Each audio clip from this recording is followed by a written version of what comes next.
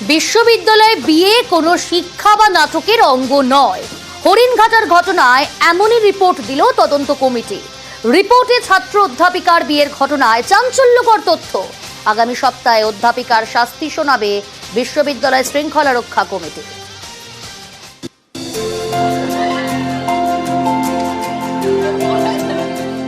বিশ্ববিদ্যালয়ের মধ্যে বিয়ে, পাত্র ছাত্র, পাত্রীর প্রফেসর, ছাত্র সঙ্গে অধ্যাপিকার বিয়ে, একেবারে মন্ত্র পড়ে শাস্ত্র মেনে।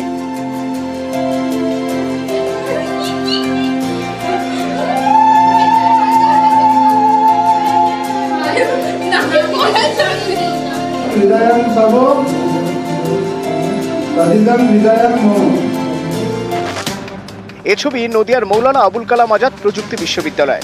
এখানকার আন্ডার গ্রাজুয়েট কোর্সের ছাত্রের সঙ্গে অধ্যাপকের বিয়ের ভিডিও ভাইরাল। ঘটনার তদন্তে 3 সদস্যের কমিটি গঠন করে বিশ্ববিদ্যালয় কর্তৃপক্ষ। অধ্যাপিকা দাবি করেন পুরোটাই নাটক ছিল, সেটা নাকি অ্যাপ্লাইড সাইকোলজির অঙ্গ।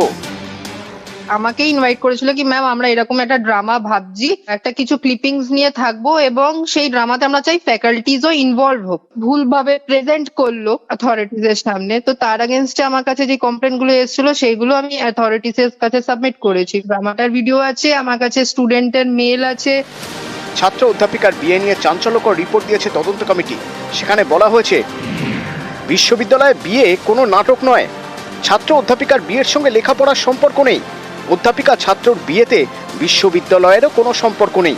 বিয়ের সঙ্গে ড্রামা বা সাইকো ড্রামার কোনো যোগ নেই। তাদের সঙ্গে কথাবার্তা বলে তদন্ত কমিটির ধারণা যেটা, এটা কোনো রকম কোনো ফ্রেশার্স ওয়েলকাম পার্টি বা সাইকো ড্রামা বা কোনো ধরনের কোনো নাটক এরকম কিছু নয়। রিচুয়াল যেটা, সে হিন্দু রিচুয়ালটাকেই একটা মজা হিসেবে যে চেঞ্জটা প্রেজেন্ট করা হয়েছে, এটা ডেফিনেটলি ঘটানো যায় না। এটাকে আমরা নিন্দা করি এবং এটা করার জন্য উনি কারোর কোনো পারমিশন নেননি।